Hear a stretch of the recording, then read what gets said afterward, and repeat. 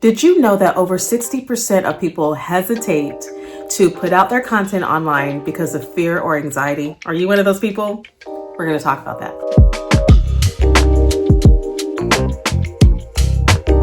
So when it comes to being a content creator, there is so much that we have to overcome. And one of them is second guessing ourselves. Another is holding back on the content that we wish to share because we're afraid of what people are going to think once we hit publish. And so we retract, we backtrack, we record, and then we delete what we recorded. And we're afraid to put our content out there because what will people think?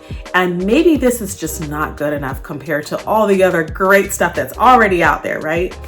So this is what we're going to talk about so that we can start to overcome our own self-sabotaging ideas. When it comes to content creation, we really have to free ourselves to put our foot forward. Even if it's not our best foot forward, we're going to put our foot forward, start moving one foot in front of the other until we made some progress. So I know all these fears very well. I understand the dilemma that's out there today with all of the high quality content that everyday content creators and bloggers are publishing with these awesome high quality cameras and just the perfect reels for their Instagrams or TikToks. It can be really overwhelming to have to compete with what's already there. But I want to reassure you, you don't have to compete. You just need to do your best, deliver your content the best way that you can, with the expectation that you're helping the people you wish to help. So let me just say that even though I've been online for 20 years, I haven't always been confident. And one thing that has kept me going is knowing that there's someone, even if it's one person on the other end, watching my YouTube channel or listening to my podcast that tells me, hey, that actually helped me, episode number, whatever it was, or that video that you made about a homeschool curriculum review really helped me to make a decision about what to purchase for my family. These have been things that I've done over the years that whether or not I felt my content was well liked or received, I kept moving forward, putting my content out there and hoping for the best that somebody was helped along the way. And I'm here to say today, 20 years down the road, that it was absolutely worth every ounce of energy that I put into creating content.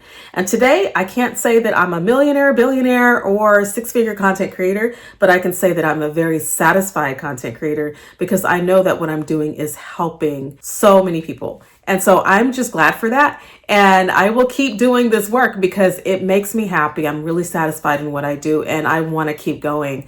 And your first couple of videos, your first couple of podcasts, your first couple of blog posts and social media posts are going to be horrible, and that's okay.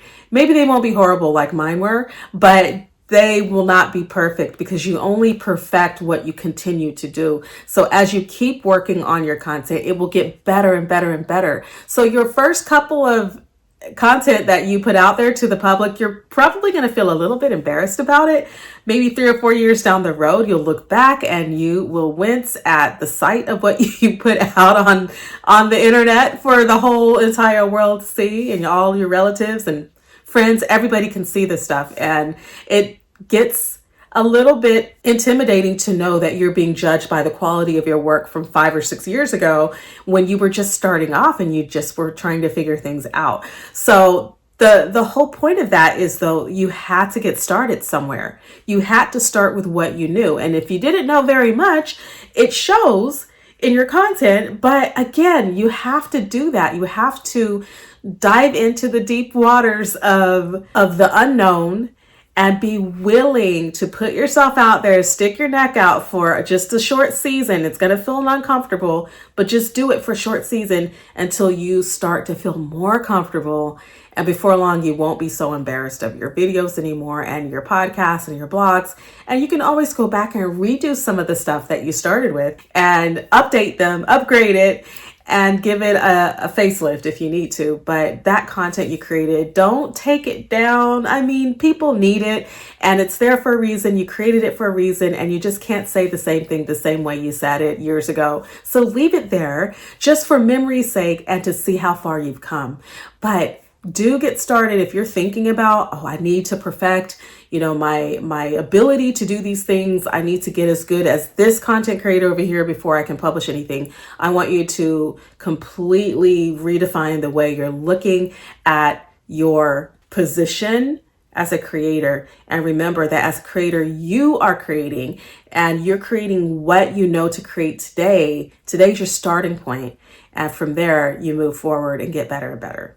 So the first thing I did to kind of get out of that rut of second guessing myself and deleting the content, trying to film again, deleting that video, recording a podcast episode and deleting the whole episode because I just didn't think it was good enough. What I started doing was creating small, bite-sized, manageable tasks and goals for myself. So instead of trying to write the perfect blog post or create that perfect video, I just thought about something that I could share that was really simple, something for my audience that would really help them. A small idea, a thought, a strategy, a tip, just something.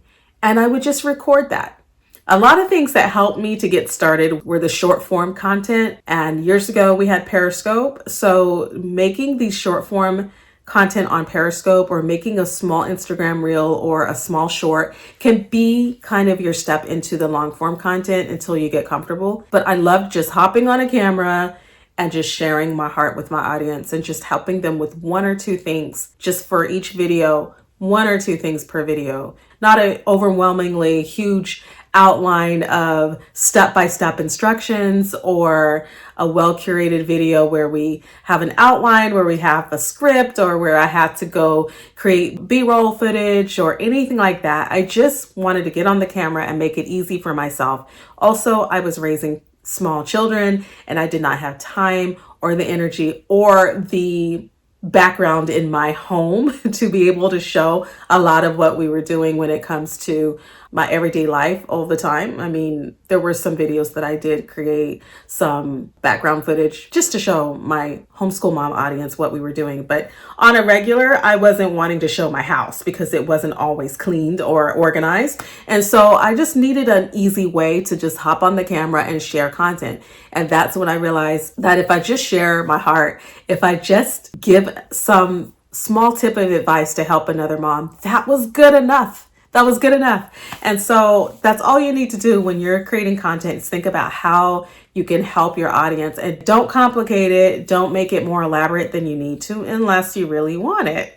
If you want easy and simple, content creation can be easy and simple. Another thing I did to help me pass this mindset hurdle was to join groups of like-minded people who felt the way I did about content creation. And so I joined Facebook groups and mastermind groups of bloggers because at the time, especially back in 2012, my main content creating activity was blogging besides YouTube videos. And so I joined a lot of blogging groups to continue to learn and grow in the area of my blog. And I watched my blog grow over the next couple of years because of the work and the effort that I put into learning. Also with vlogging, I wanted to learn how to get better with making videos. So I just kept doing it. I kept showing up. And so I highly recommend you find like-minded people, find those groups, get involved, ask questions, answer questions, and just be a part of an online community that can support you. You only get out what you put in to your business. And so if you are really invested in making sure that your vlog, podcast, YouTube, the things that you want to grow are going to grow, then you will want to surround yourself with people that can help facilitate that in your life and help you grow. And so you want to make sure that you're getting involved in those types of groups. Finally, feedback. Feedback was initially a huge trigger for me because what I'm putting out there to the universe, to the world, I'm doing it for free. I originally was not getting paid because I didn't have a monetized channel when I first started.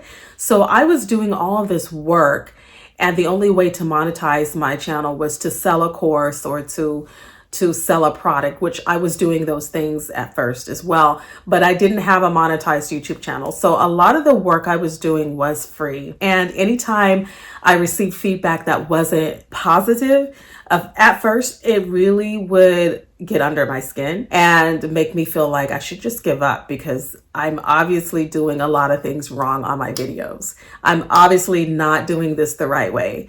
And there's so many other much better vloggers than me that have better cameras and better B-roll footage, and they know how to really operate their equipment and navigate journalism and how to do this the right way. And here I am showing up with my little crusty camera and very poor lighting and bad setup and letting people into my home life and showing me and my kids in our natural habitat for my homeschool channel. And I just felt like it's probably not the best thing. I have poor quality video, poor quality audio. It just didn't feel right. But it also felt like I was doing what I was supposed to be doing. I needed to pour out this content into my audience. And so I kept going despite some of the negative comments. But what I've learned through the negative comments was to reframe the negativity of it to see, could they be right?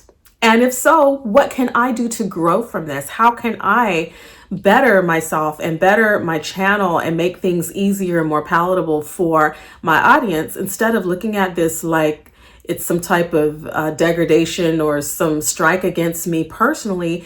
They're letting me know, yeah, maybe not in a nice way, that I need to do some work on presenting better or whatever the case may be.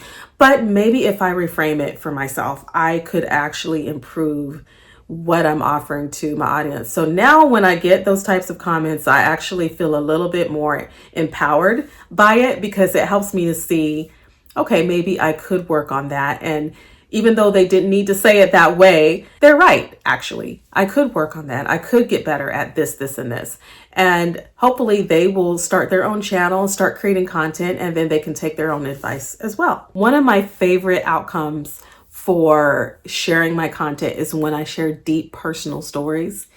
And it really relates to my audience, where I get a me too, I feel the same way kind of response from a huge majority of the audience. And it just makes me feel not just seen and heard, but understood. And it also helps me to feel like I'm seeing, understanding, and hearing them.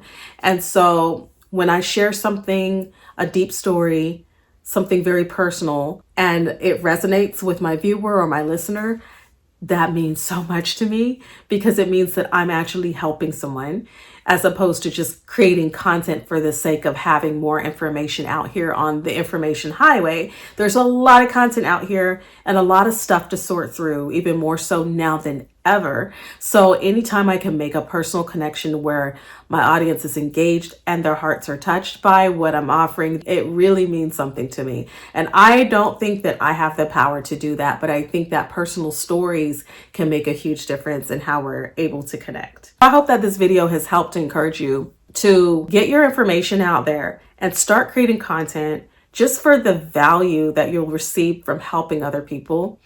You'd start with those small actionable steps. Don't let this be overwhelming for you. Find proper support. Surround yourself with like-minded people who want to help you along your journey. Make sure you're getting that support. When you do get feedback, whether positive or negative, reframe it so that it is giving you the proper perspective on your business, and don't be discouraged by the feedback. Once you do all of this, I do believe you can step into your power of becoming the content creator you were meant to be. I hope this has helped you. If you like this video, thumbs up, like, and subscribe. And I cannot wait to come back and share more with you. Leave me a comment in the description box, and be sure to check out some of my other content that I have for you, as well as my course called Content with Confidence.